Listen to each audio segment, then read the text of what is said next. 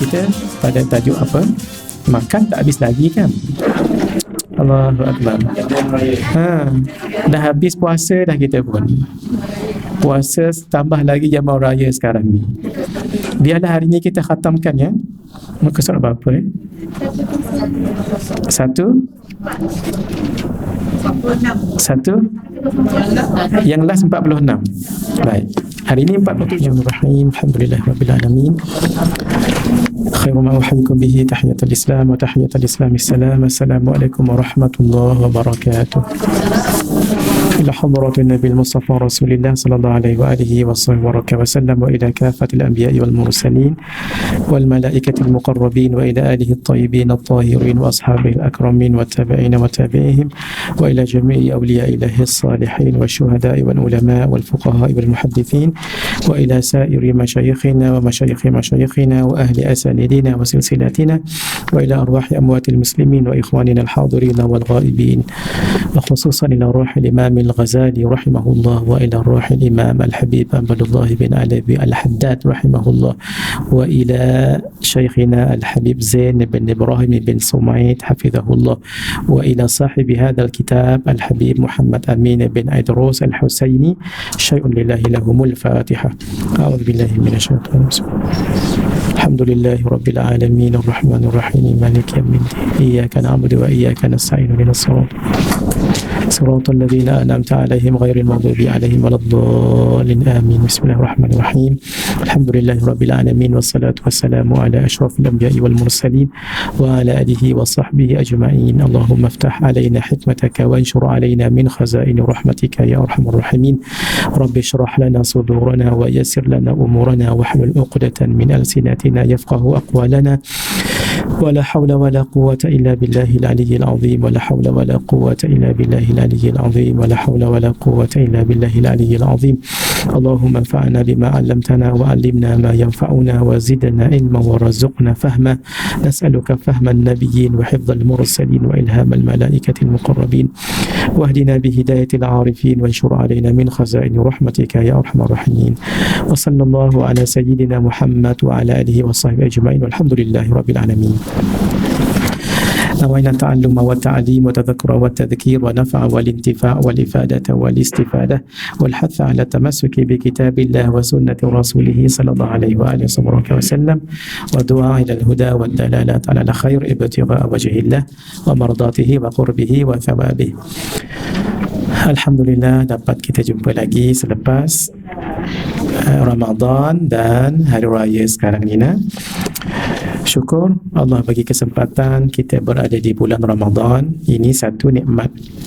Sebab paling kurang dalam buku amalan yang setiap seorang kita ada, paling kurang adalah juga catatan-catatan yang baik-baik dan besar-besar.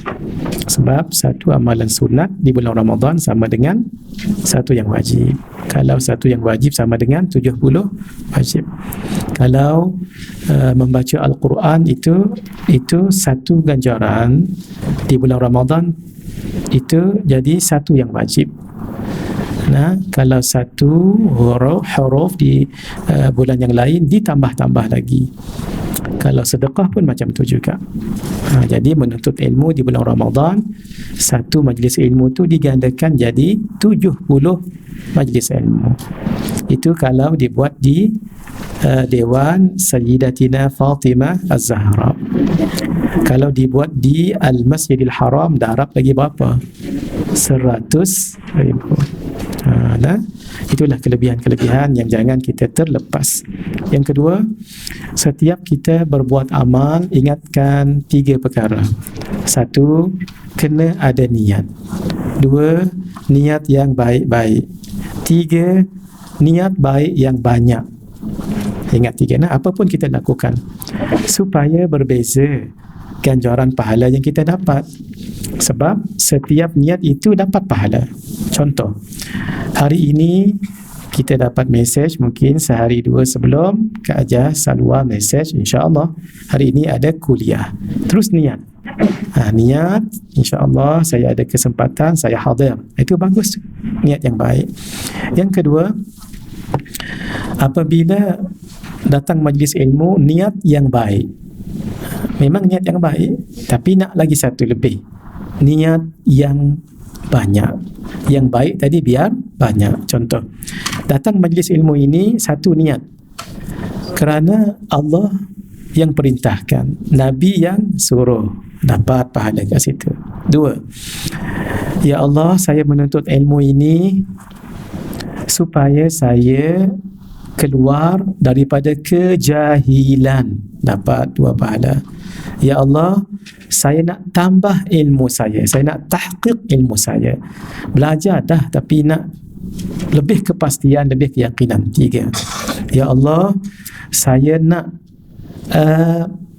amal apa yang baik-baik daripada majlis ilmu. 3, ya Allah, saya nak catat dan saya nak sebarluaskan pada yang lain. 4, saya nak kongsikan ilmu ini kepada orang lain. 5, berapa dah? Saya dah 7 dah ni. Berapa? 4. Saya dah sebarkan sama. Sebar dan kan 6 lah. Baik, terus. Saya nak berjumpa dengan kawan-kawan. Itu untuk silaturahim, kan besar pahalanya tu. Yang ketiga, saya nak senyum ke orang. Tabassumuka liwajhi akhika sadaqah. Senyummu kepada orang lain itu sedekah. Dan senyummu itu kan mengembirakan orang. Mungkin orang lain dia tengah sugul, tengah sedih, handphone rosak, dia pun sedih sangat-sangat. Kita gembirakan, mengembirakan hati orang lain, itu besar pahalanya. Sama juga menyebabkan orang sedih, itu dosa. Terus paling kurang kalau kita duduk di sini 1 jam macam ni, paling kurang 1 jam kita buat taat. Ni duduk majlis ilmu ni taat ni, macam-macam kita dengar ilmu, amalan, zikir. Kemudian berapa dah? Tak ingat dah, saya banyak sangat dah. Paling kurang 1 jam kita berada ni, kita tidak buat dosa. Kita tak mencuri, tak ambil harta orang, tak mengumpat orang, tak lihat keaiban orang, tak lara tu maksudnya benda yang taklah dosa tapi dia berlebih-lebih. Contoh, tengok YouTube lebih-lebih sangat, tengok WhatsApp, tengok apa-apalah, apa yang ada tu, pandailah sebut tu, saya tak ada tu, tak pandai sebut sangat. Jadi lara, lebih banyak lara. Bagus juga cerita ni, buka lagi satu TikTok terutama sekali kan, Masya Allah banyaknya cerita ni, sambung lagi, tiba-tiba masuk waktu Zuhur, lama sangat. Tapi kalau baca Al-Wirdul Latif 14 kali menguap. Tahu Al-Wirdul Latif? Al-Wirdul Latif ni amalan jangan tinggal. Setiap pagi dan setiap petang, jangan tinggal. Al-Wirdul Latif itu mengumpulkan amalan-amalan, baca Quran ada, salawat ada, tasbih, tahlil, tahmid, takbir, hauqalah, pendinding, penguat perasaan dan menambahkan amalan, mengganda-gandakan amalan, semua dalam Al-Wirdul Latif. Dalam buku ni, antaranya ada dalam buku ini. Antaranya ada dalam buku Habib Omar, Khulasah Al-Madad An-Nabawi. Kemudian ada di dalam Syekh Fahmi Zamzam, Bekal Akhirat. Kena adalah kitab itu. Namanya Al-Wirdul Latif. Kebanyakannya itu daripada hadis Nabi. Tak familiar dengan itu, ke familiar dan istiqamahkan, istiqamahkan. Kita ni tak tahu bila nak meninggal. Hidup ini sangat singkat. 2 hari lepas satu berita yang mengejutkan juga di Amerika, kalau tak silap saya, di bandar mana tu saya tak pasti, ada 7 orang yang pejalan kaki ke ataupun penunggu bas ke meninggal kena langgar. Di mana tu? Texas. Gitu-gitu je meninggal. Kalau meninggal tengah mengaji macam ni, itu lain cerita kan. Ni tengah menunggu bas, mungkin Kita tak tahu dalam keadaan bersukaria ke, dalam keadaan happy go lucky ke, tiba-tiba begitu. Tak tahu saya siapa yang meninggal tu ya. Tapi untuk iktibar, yang namanya kematian itu kadang-kadang dia on the spot lagu tu. Kita pun tak tahu. Macam kenderaan kita yang dah elok, semua minyak hitam, brake, whatever, orang lain pula yang langgar meninggal. Jadi anytime bersedia untuk meninggal, anytime. Tapi jangan sebut je. Meninggal tu memang semua orang meninggal, tapi apa bekalan kita tu.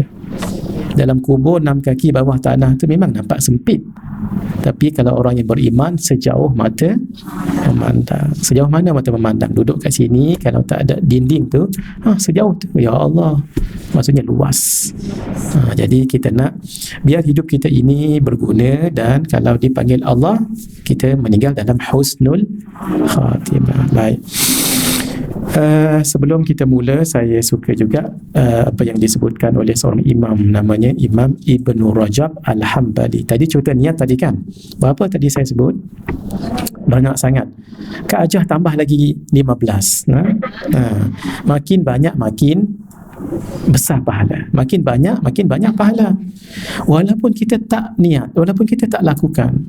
Contoh niat yang last, jangan lupa. Niat ni jangan last. Niat ini jangan lupa, jangan tinggal. Apa? Ya Allah, kalau saya dibagikan pahala atas kehadiran saya dalam majlis ilmu ni, ya Allah, semoga pahalanya dapat juga kepada mak dan abah saya yang dah meninggal dunia.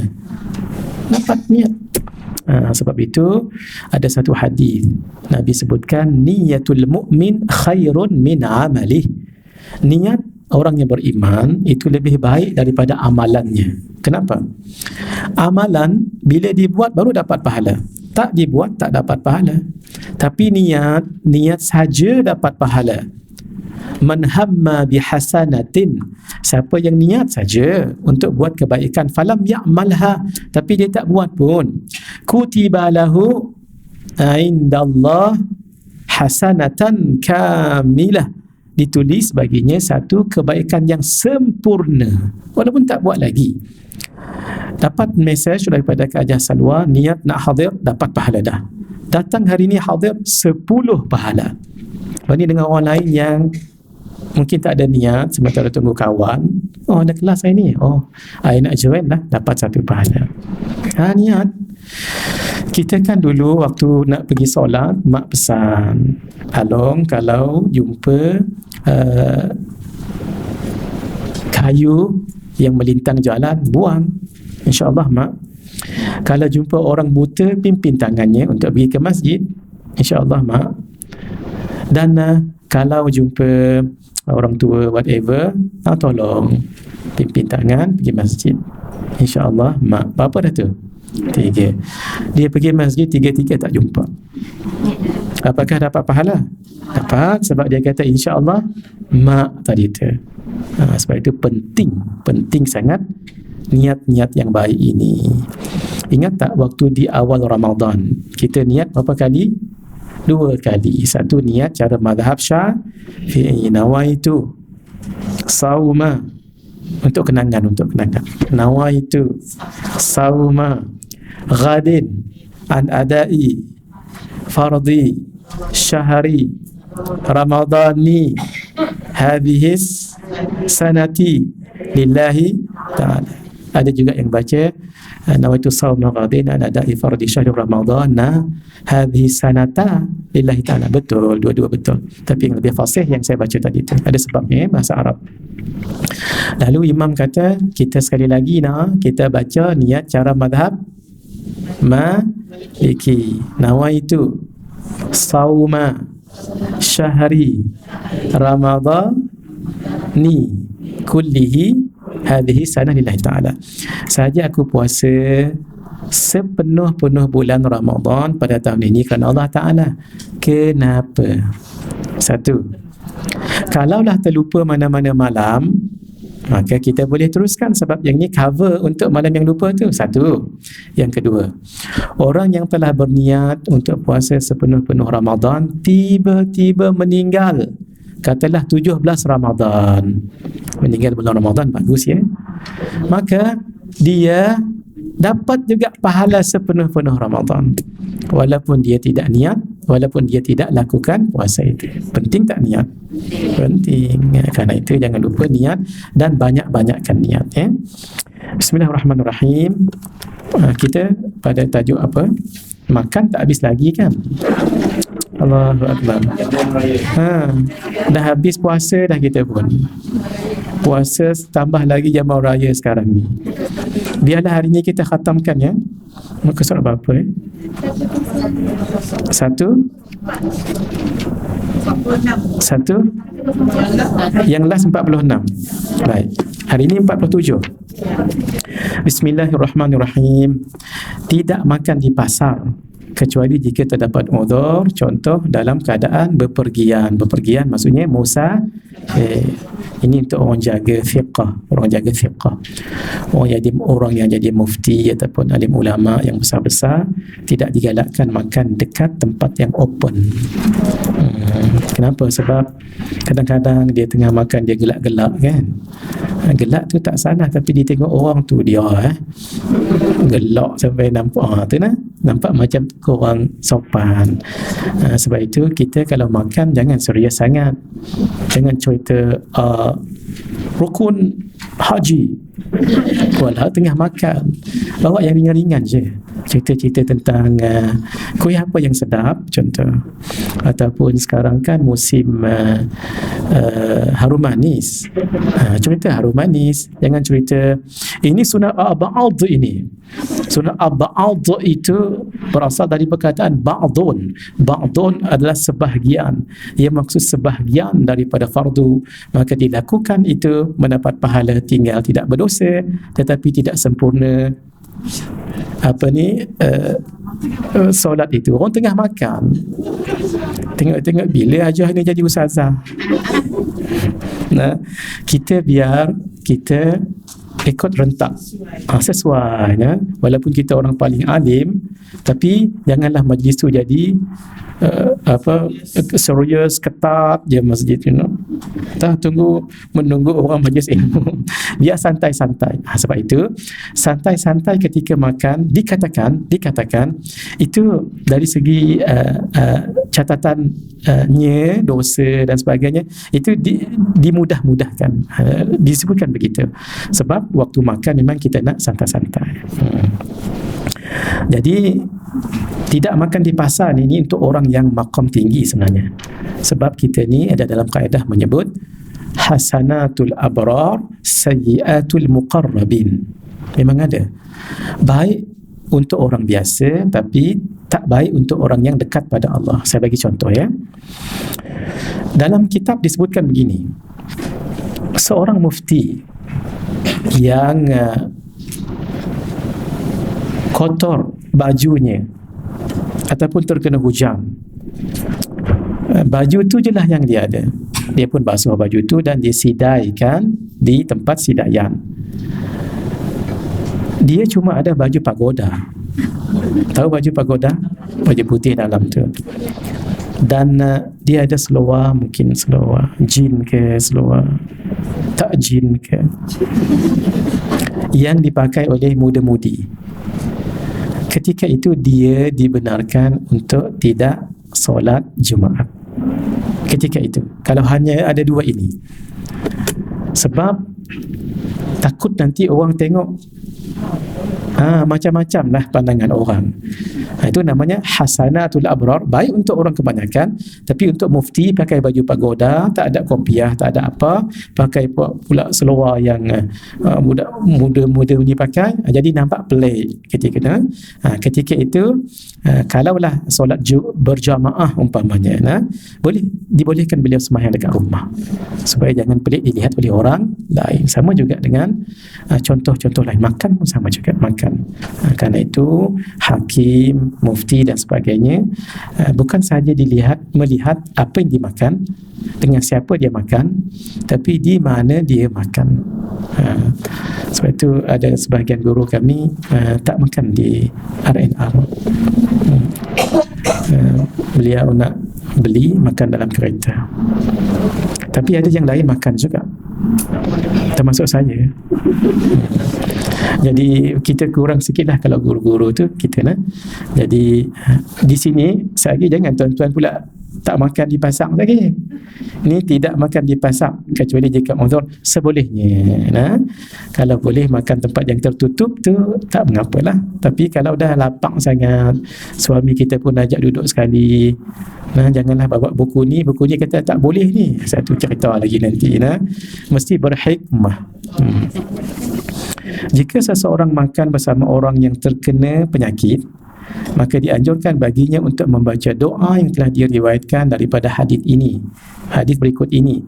Bismillah, thiqatan billah, wa tawakkulan alaihi. Kat mana dengar hadis ni? Bacaan ni di mana dengar? Di radio Aikim. Yang bacanya siapa? Bukan. Saya tengah mengingat siapa Kalau tidak, Al-Fadhil Al-Marhum Musas Asri Rabbani. Cuba dengar nanti dekat Radio Aikim ya. Bismillah, thiqatan billah, wa tawakkulan alaih. Itu nah. Bismillah dengan nama Allah. Thiqatan billah, percaya betul dengan Allah. Bukan penyakit tu yang boleh merebak dengan sendirinya, tetapi dengan izin Allah. Wa tawakkulan alaih, dan bertawakal kepada Allah. Ketika Sayyidina Khalid ibnul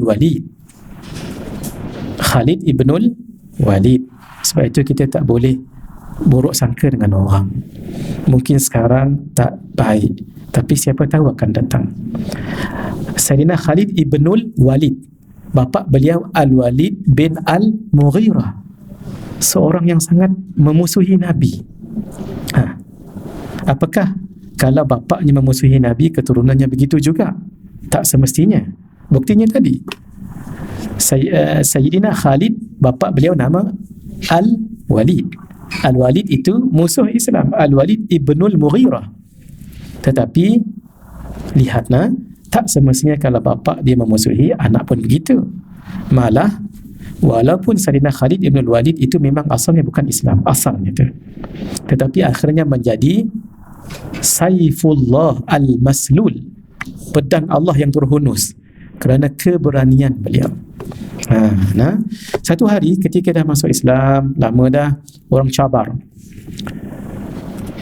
ini adalah racun ni, minum racun ni. Kalau benar Islam itu, beliau pun minum. Kita jangan buat ya. Kita jangan. Tak apa Ustaz, saya dah pergi Makkah 10 kali. Jangan. Ini melibatkan keyakinan. Beliau minum. Dikatakan beliau membaca Bismillah. Ada dikatakan beliau membaca Bismillahilladzi la yadurru ma'asmihi syai'un fil ardi wala fis sama wa huwa sami'ul alim. Dikatakan beliau membaca Bismillahi khairil asma, dengan nama Allah sebaik-baik nama, fil ardi wa fis sama, di muka bumi dan di langit. Allah lah yang sebaik-baik nama. Barulah Bismillahilladzi la yadurru ma'asmihi syai'un fil ardi wala fis sama wa huwa sami'ul alim. Keyakinan. Sama juga dengan ini, kalau makan bersama orang yang terkena penyakit. Kalau tak yakin, pergi jauh lah. Jauh, tapi dengan jalan yang hikmah. Jangan terus kesian tengok kawan tu, hang penyakit dah, Assalamualaikum, terus pergi tempat lain. Buatlah macam-macam cara. Hello, tak ada buang telefon. Ya. Oh, di sana tak apa. Maaf no, saya ada orang. Apa caralah, asalkan jangan dia terasa hati. Sebab bukan senang ni. Walaupun kitab ni sebut bermakna stay kat situ makan dengan dia ni, tapi kena baca Bismillah, thiqatan billah, wa tawakkulan alaih. Tapi kalau orangnya jenis tak berapa nak yakin, takut kena penyakit ke apa, larilah. Tapi dengan cara yang penuh dengan hikmah. Menjilat jari-jari tangan setelah makan. Ini jari sendiri, jangan jari dia orang. Dan sebelum mencuci tangan, sebab ada enzim dekat sini ni yang boleh menolong untuk mempercepatkan pencernaan. ada petua, tapi saya sekarang ni takut sedikit, bukan takut, ada rasa macam tak berapa mahu nak kongsi kalau ada macam ni. Ini live ke tak ni? Live tak jadi nah. Kalau simpan sekali balik-balik lupa lagi. Tolong ingatkan. Nah, apa dia amalan selepas kita menjilat jari? Tu ada petuanya tu. Dan menjilat jarinya tu ada caranya tu. Kat mana tu? Dan apa bacanya tu? Dan di ketika sesuatu yang berlaku, ada cara menggunakannya. Hasil daripada amalan tadi itu. Yang itu kita cerita setelah ditutup semua ni tadi nah. Baik. Kalau tak ingat, bulan depan lagi. Kena ingatkan. Berdasarkan menjilat jari ni, jilat betul. Ni jari jilat. Sebelum basuh tangan. Barulah basuh selepas itu. Idza akala ahadukum falyal'ab asabi'ahu. Jika salah seorang daripada kamu telah makan, maksudnya dah habis makan, maka jilatlah jari-jari tangannya. Fa innahu la yadri fi ayyitihinnal barakah. Kerana sesungguhnya kamu tidak tahu di bahagian manakah letaknya keberkatan makanan tersebut. Barakah ini berasal dari perkataan birkah. Birkah adalah perigi atau telaga yang ada di tengah padang pasir. Dia je lah, telaga tu je lah, perigi tu je lah yang ada air, yang disebut oasis. Bila ada air di situ, bila hujan turun dekat pasir lain, disedut pasir hilang. Ini bila jatuh dalam perigi oasis saja tu, dia akan menakung air. Daripada air lah datang lumut-lumut. Daripada lumut itulah timbul ikan-ikan. Dan air tadi boleh diminum oleh kafilah-kafilah perdagangan, orang yang bermusafir, bukan juga orang tapi binatang ternakan. Unta-unta dan kambing dan sebagainya. Ini namanya barakah. Apa dia? Dirinya baik dan boleh memberi kebaikan pada orang, tu namanya barakah. Dia macam mata air sedikit tetapi memenuhi perigi. Itu maksudnya barakah. Apa dia? Dia sendiri tu baik dan boleh memberi kebaikan pada orang lain. Barakah juga berasal dari perkataan yabrukul iblu. Yabruku al-iblu. Yabruku maksudnya datang. Iblu unta. Unta datang. Bukan semua tempat yang ada unta. Tiba-tiba tempat tanah kita unta tu mai. Bila unta tu mai, maka akan datanglah kebaikan. Satu, unta tadi kita boleh guna untuk kenderaan. Kan kebaikan tu. Dua, unta tadi rasa nak makan unta dah, tak pernah makan unta dalam hidup. Pi umrah nanti pi lah makanlah unta dah. Saya pernah sekali makan unta. Maksudnya daging unta. Rasa dia tu kalau banding dengan kambing, mana satu lebih sedap? Bermakna Kak Ajah dah makan unta. Sudah, alhamdulillah. Sedap kambing ke sedap unta? Unta juga. Ada dua kumpulan dalam grup kita ni. Saya tak boleh sebut yang mana satu, nanti kata saya menyebelahi mana-mana pihak pula. Yang penting makan dulu sebelum tahu sedap tak sedap. Macam budu lah kan. Budu tu sedap tak sedap budu tu? Sedap. Amba tak makan budu, tapi amba termakan budu. Oleh kerana peristiwa termakan budu itulah amba boleh kacak Kelantan setahun ni. Waktu tu makan tak banyak mana, sebab ada dalam piring tu kan. Jadi hamba makan sikit je, tak banyak mana. Calak. Lepas tu kita duduklah di ruang tamu. Marilah tuan rumah, ustaz, sebenarnya hak ustaz makan tadinya adalah budu. Astaghfirullahaladzim.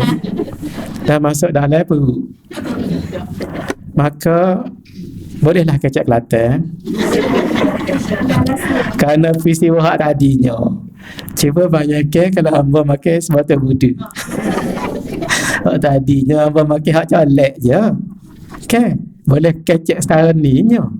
Kalau makan sebatas budu, jangan lebih fasih daripada Kelantan lagi. Anyway, saya nak cerita apa tadi Antara bukan dengan Apa kaitan dengan budu? Maksudnya rasakan dulu budu tu nah, barulah tahu dia sedap tak sedap. Jadi saya pernah makan unta dan mari kita teruskan ya.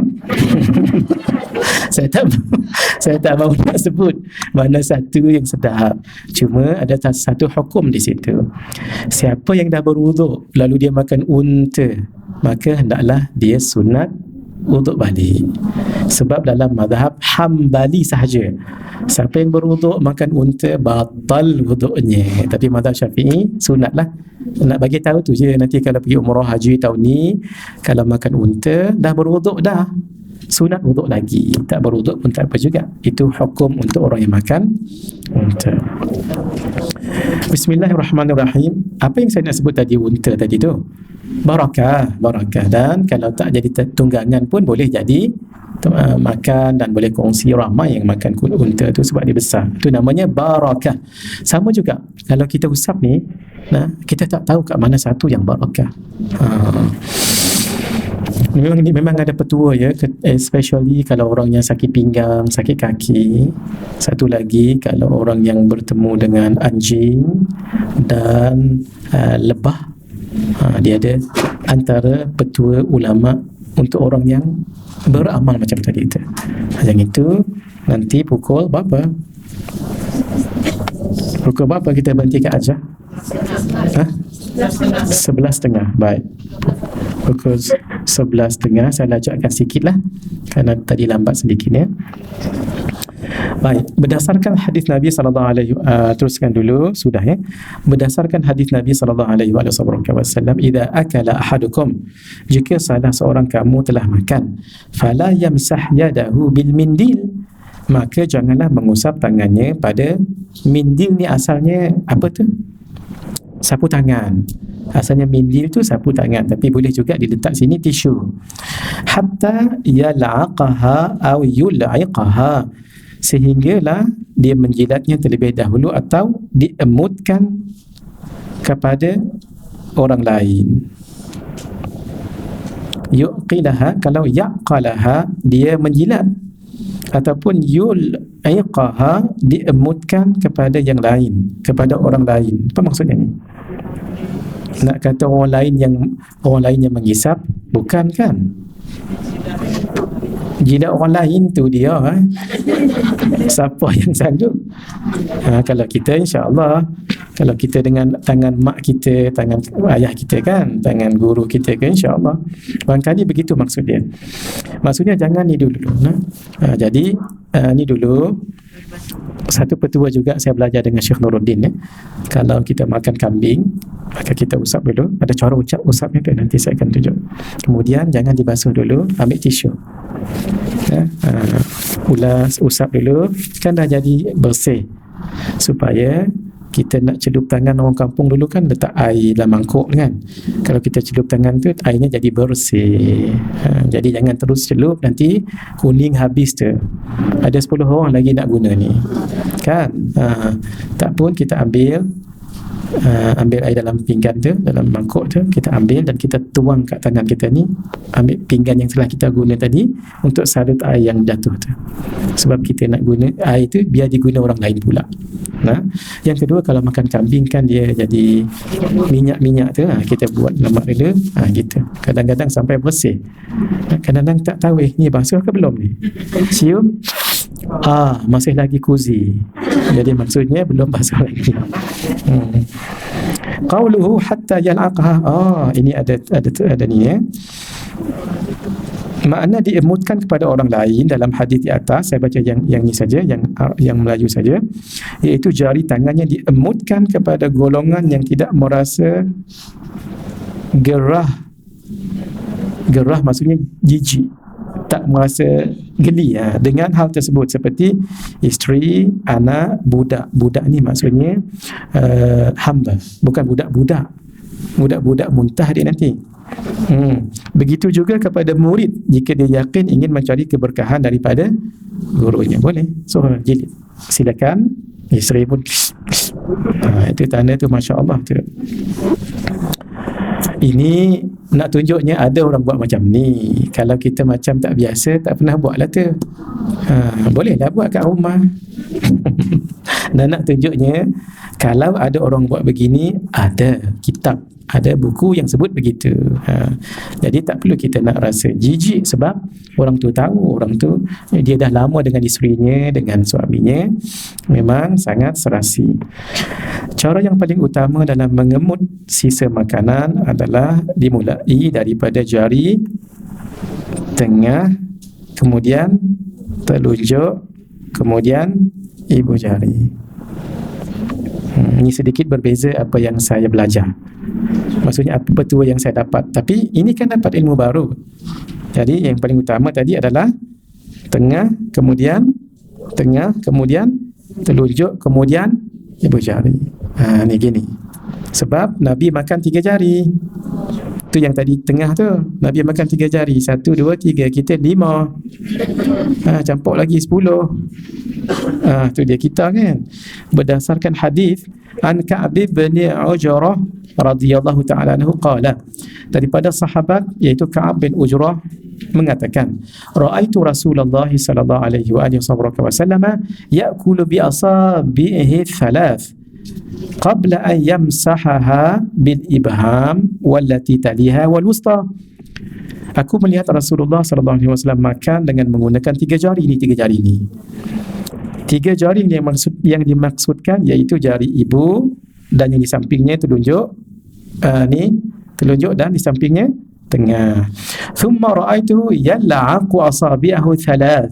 Kemudian sebelum baginda membersihkannya, mencuci tangan, aku melihat baginda mengemut ataupun menjilat 3 jarinya.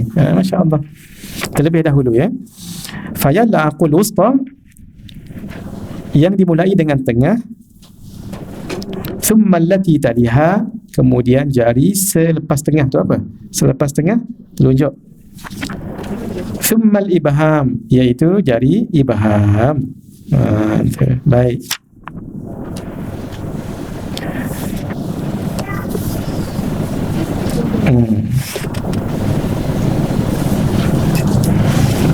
Di sini tak diterjemah, yang Arab tu ada satu tak diterjemah di sini. Saya terjemahkan.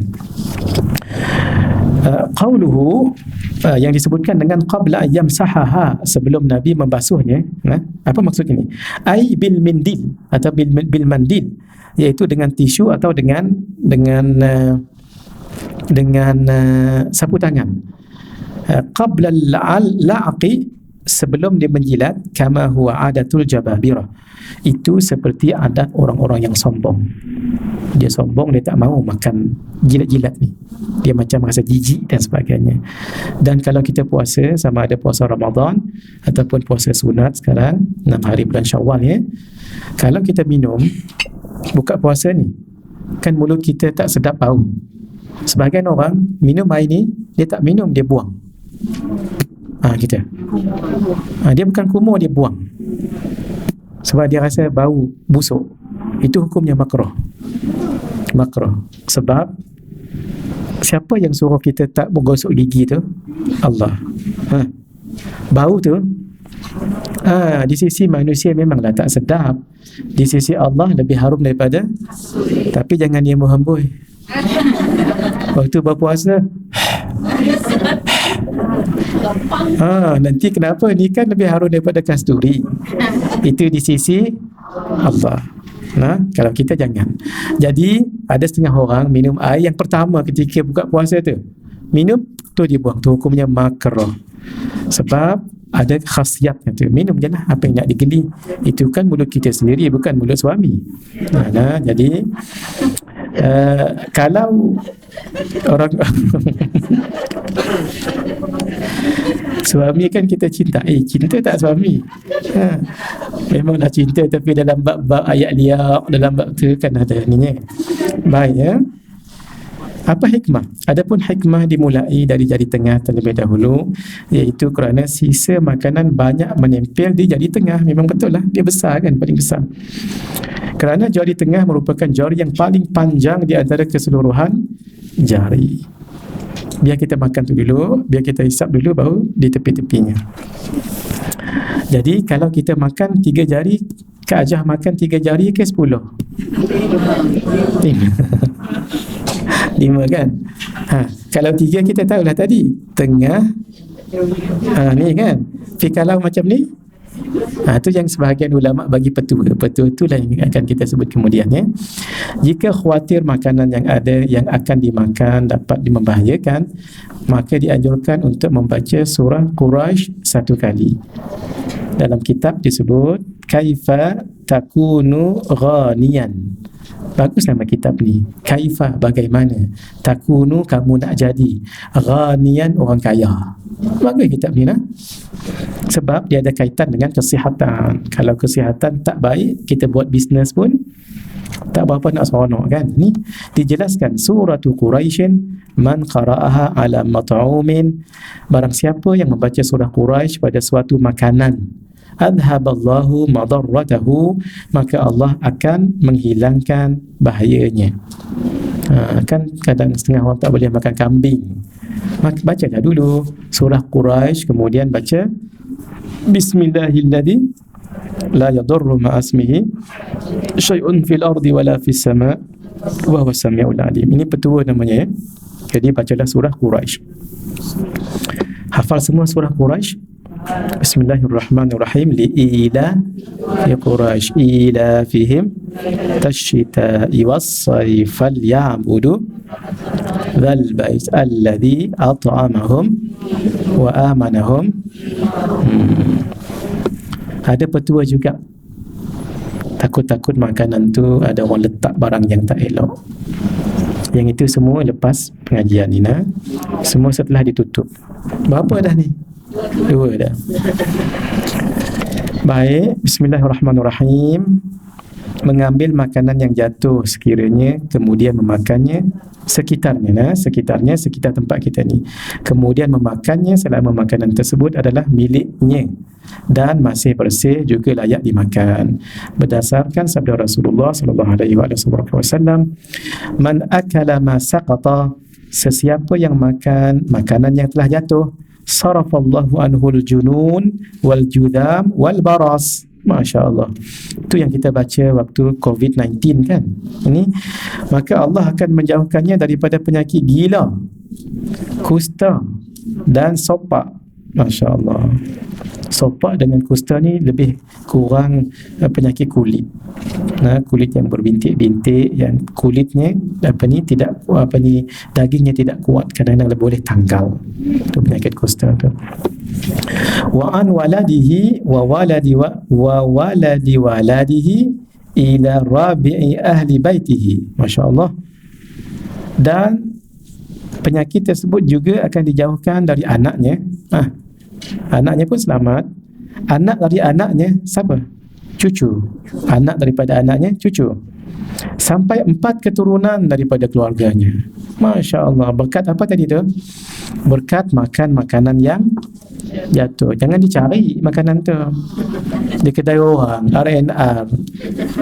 Ni jatuh ke? Jangan macam tu, ni makanan kita, jangan makanan orang. Diriwayatkan daripada sebahagian ulama, ni petua, ya. Jika seseorang membaca Ya Samad sebanyak 134 kali, maka dia akan terjaga dari rasa lapar dan haus. Ada 2 amalan dah kita tahu. Satu amalan Qul huwallahu ahad. Yang kedua Ya Samad. Berapa ratus?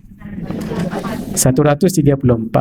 Siapa yang puasa hari ni, puasa 6 hari ni, boleh lah. Tak salah untuk kita amalkan saja. Adapun keberkesanannya itu adalah daripada Allah Subhanahu Wa Taala. Baik, sikit lagi, makanlah dalam keadaan duduk. Kerana makan sambil berdiri atau berbaring hukumnya adalah makruh, kecuali jika terdapat uzur seperti sakit, maka tidak makruh. Saya cuba dulu. Saya cuba habiskan sampai habis, ya. Kita baca laju. Berdasarkan hadis Nabi sallallahu alaihi wasallam, an Anas radhiyallahu taala anhu, daripada sahabat iaitu Sayyidina Anas bin Malik, daripada Nabi sallallahu alaihi wasallam, annahu naha ayyashraba ar-rajulu qa'iman, sesungguhnya baginda melarang seseorang untuk minum dalam keadaan berdiri. Qala Qatadah, kemudian Qatadah seorang tabi'in mengatakan, faqulna li Anasin, lalu kami bertanya pada Anas, fal aklu, bagaimana dengan makan? Minum tadi tak boleh, makan. Qala dzalika syarru aw akhbath, kalaulah minum tu tak boleh, maka makan lebih teruk lagi lah, lebih buruk dan lebih jelek lagi. Makan pula berdiri pula tangan kiri. Ya Allah, jangan kita ikut budaya-budaya yang tidak elok lah. Carilah tempat-tempat yang boleh kita duduk. Faedah ni petua. Sebahagian ulama mengatakan jika terkumpul 4 perkara saat akan makan, ketika nak makan berkumpul 4 ini, maka sempurnalah makanan yang dimakan tersebut. 1. Dimulai dengan pembacaan Bismillah, paling bagus sampai habis, Bismillahirrahmanirrahim. 1. 2. Diakhiri dengan Alhamdulillah setelah selesai makan. Paling bagus setiap teguk minum. Ini Bismillah, Alhamdulillah, Bismillah, Alhamdulillah. Kalau boleh. Kalau dengan ramai-ramai makan, jangan tunjuk sangat dengan orang. Nanti orang pun tak selesa dia buatnya. Oh ni Masya Allah, kita dah tengah makan lagi ni, Alhamdulillah.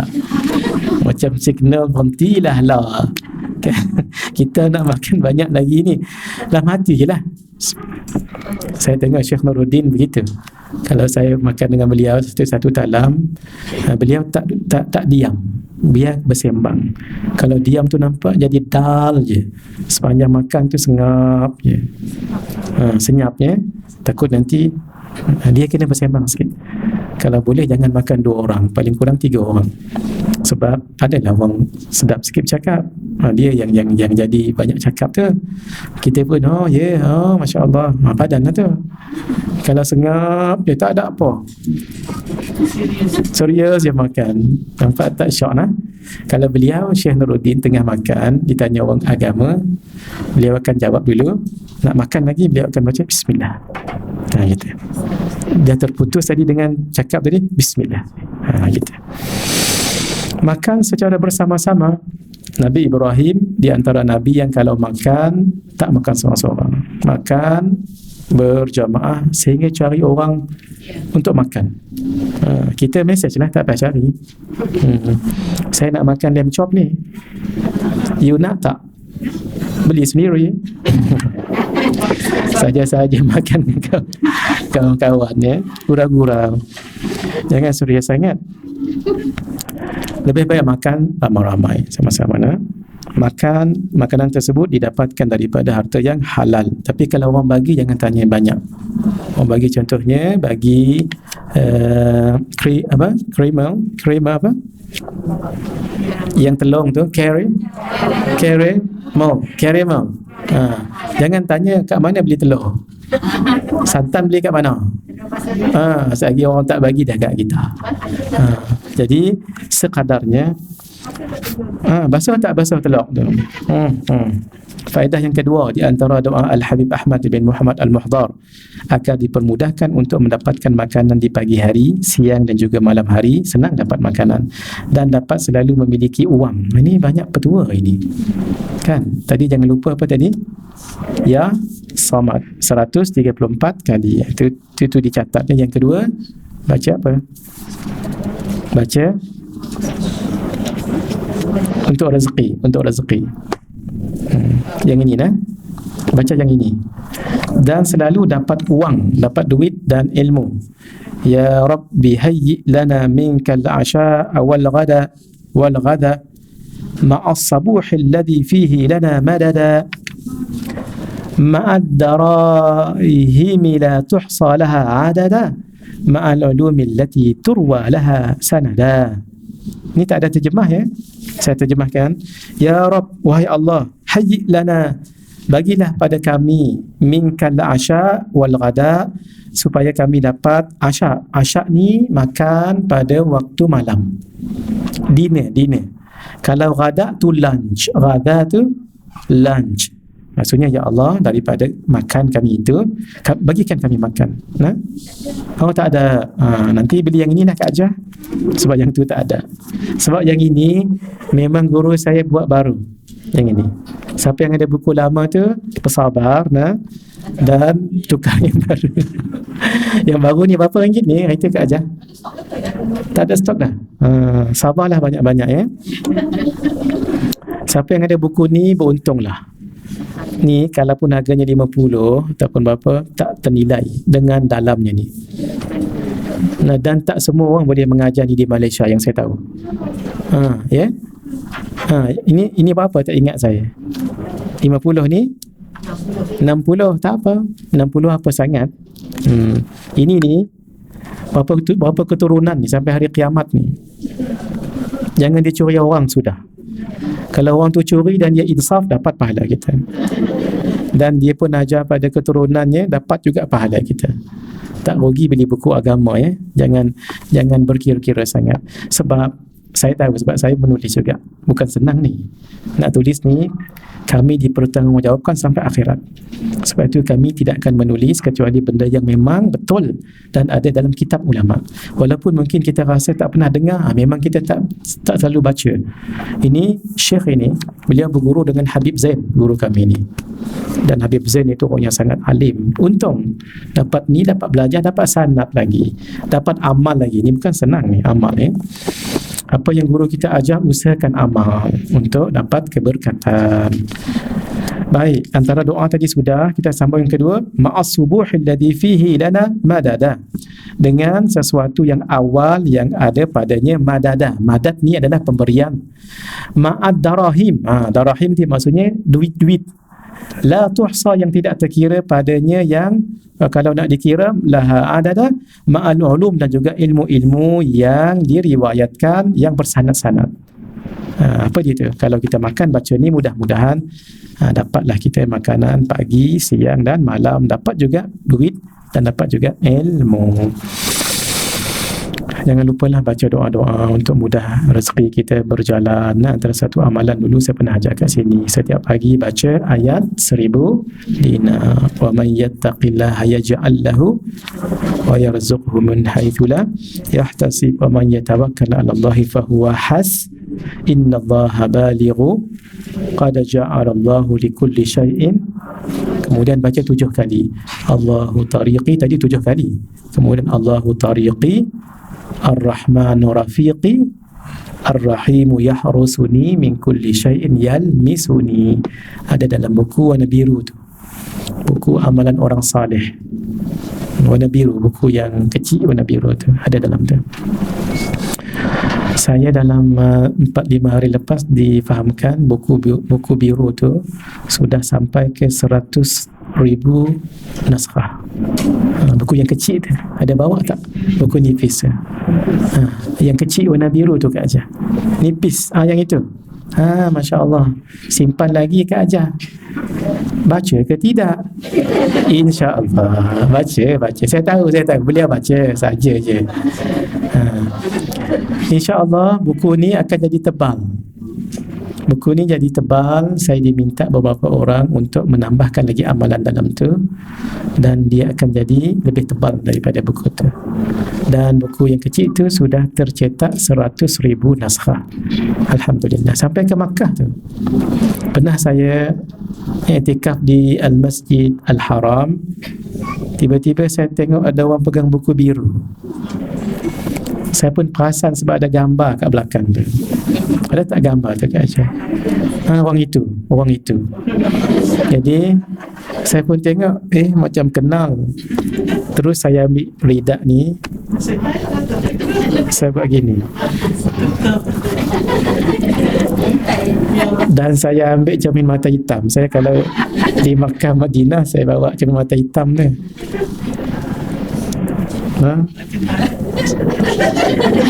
Sebab saya tak nak dia kenal saya.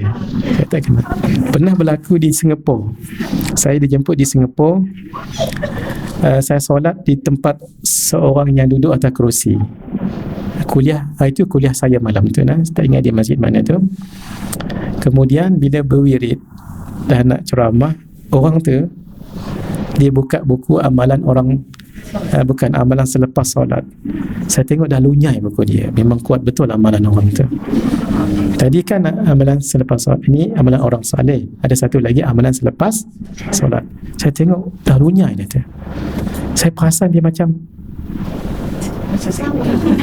saya perasan, saya pun, saya senyum dengan dia lah. Dia pun, saya kata guna bahasa isyarat, dia pun peluk saya, ya Allah, dia kata. Orangnya sebelah ni rupanya. Nah, sebenarnya saya nak bagi tahu, saya tak mahu gambar saya letak kat situ. Maksudnya saya tak mahu. Tapi kata pihak penerbit, dia macam satu, saya pun tak tahu ilmu pemasaran ni, nak kena ada juga muka kat situ. Kalau ikut saya tak mahu, segan saya. Bayangkan 100,000, kan 100,000 orang tu, kan? Kalau dah dicetak 100,000, gambar orang tu berapa? Di mana-mana. Susahlah saya, sebab nanti orang, itulah ceritanya ya. Tapi kita hormat juga, itu orang niat baik begitu, kita dengan berat hati kita izinkan jugalah. Saya habiskan ini dulu supaya kita habiskan. Faedah yang ketiga pula, anjuran untuk mengamalkan sunnah Rasulullah SAW ketika makan di lantai.